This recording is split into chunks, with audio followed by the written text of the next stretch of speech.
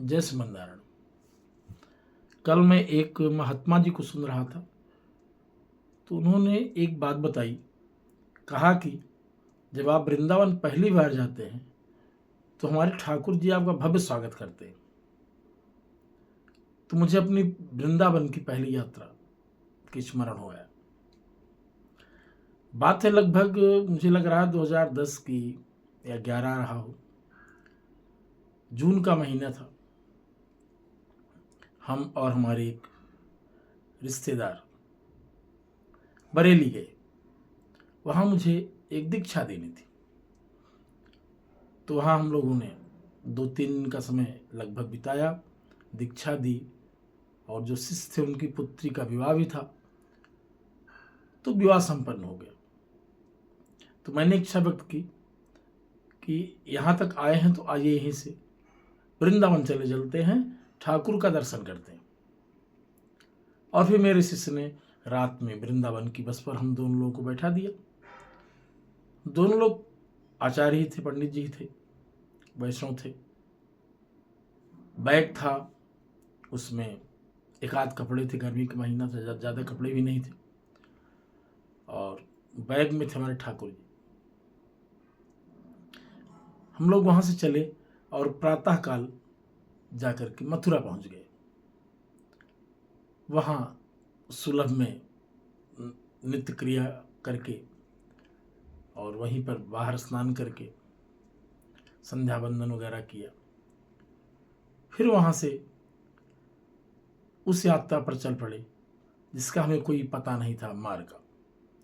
और वहाँ से एक बस मिली जो गोवर्धन जाती थी। हम लोग वहाँ पहुँचे। अप्रश्नीय था कि वहाँ हम किसी को व्यक्तिगत जानते नहीं थे। संयोग की बात है, उसके कुछ ही दिन पूर्व मेरे एक शिष्य जो राज्यपाल के प्रधान चालक थे, उन्होंने कहा था कि गुरु जी वृंदावन जाइएगा तो मुझे बताइएगा। तो वहाँ एक रासलीला के बड़े पुराने कलाकार हैं, उनके यहाँ मैं आपको व्यवस्था बना दूंगा। अब जब वहाँ हम लोग पहुँचे और कोई और संसाधन नहीं था, तो उनका हम लोग को स्मरण हो आया। हमने उनको फोन लगाया और उन्होंने हमें उनका पता बता दिया। बड़े वृद्ध सज्जन थे, माननीय छैल बिहारी तिवारी। हम लोग उनको पूछते हुए आगे बढ़ रहे थे, कोई ठीक से बता नहीं पा रहा था। बड़ी मुश्किल से वहाँ पहुँचे तो हम लोगों को लगा और हमें करना क्या है, सामान रख देंगे और फिर ठाकुर के दर्शन करेंगे। वहाँ से हम लोग गए उनके यहाँ अपना, फिर वहाँ ठीक से ठाकुर जी की सेवा की और फिर जो है वहाँ पर बैग अपना रखा तिवारी जी के पास और कहा, तिवारी जी हम लोग दर्शन करने जाएंगे। तिवारी जी ने एक अपना सेवक साथ में कर दिया, कहा कि आप दर्शन करवा लीजिएगा इनका, क्योंकि भीड़ वहाँ पर बहुत ज़्यादा है। हम लोग गए दर्शन करने, गोवर्धन महाराज का दर्शन किए। परिक्रमा की बात आई तो मेरे पैरों में गठिया था, मैं बहुत अधिक चल नहीं सकता था। तो हमने कहा ऐसा करते हैं, ये गोवर्धन पर ही चलते हैं मध्य मार्ग से, जहाँ तक चल पाएंगे चलेंगे, पूरी यात्रा तो नहीं कर पाएंगे। तो हम लोग बढ़े चले, कुछ दूर आगे चले और बड़ी मुश्किल से 1 घंटा चले होंगे। वैसे ही तिवारी जी का फोन आने लगा, महाराज जी कहाँ हैं? हमने कहा भैया गोवर्धन पे हैं, थोड़ा समय लगेगा। कहा महाराज जी आ जाइए, प्रसाद बन गया है। अब मैं दंग रह गया। मैंने अपेक्षा की थी कि बहुत ज़्यादा होगा, तुम लोग बैग रख देंगे, हमको रहने का स्थान मिल जाएगा, इतना ही बहुत है। अब मैं कहीं भोजन करता नहीं, सपाकी भी हूँ तो, लेकिन इतनी बार उन्होंने फ़ोन किया कि हम लोगों को वहाँ से लौटना पड़ा। हम लोग लौट के उनके पास आए, कहा महाराज क्यों कष्ट किया? अब क्या था कि कहे नहीं महाराज, हमारे यहाँ तो बड़े बड़े संत भोजन करते हैं, अयोध्या के नृत्य गोपाल जी आते हैं, मांग करके खाते हैं प्रसाद, आप कैसे भोजन नहीं करेंगे? परंतु तिवारी जी ने इतना आग्रह किया कि हम लोगों को मानना पड़ा।